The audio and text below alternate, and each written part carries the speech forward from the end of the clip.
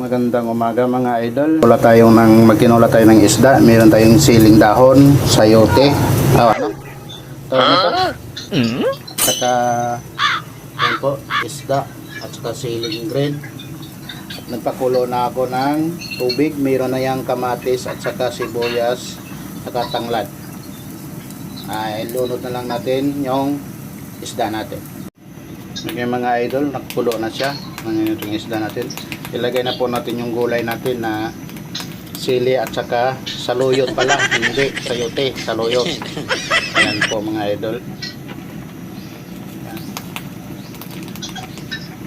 Gandang umaga sa inyo mga idol. Nagluto na rin po ba kayo ng almusal nyo mga idol?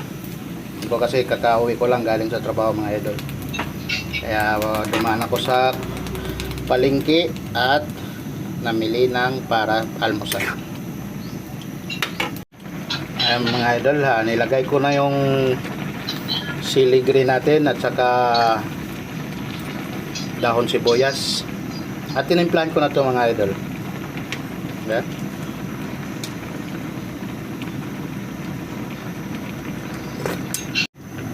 Tama na sa timpla mga idol.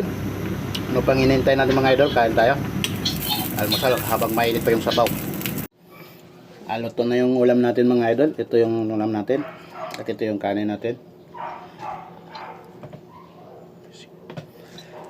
Tara mga idol, kain po tayo almusal.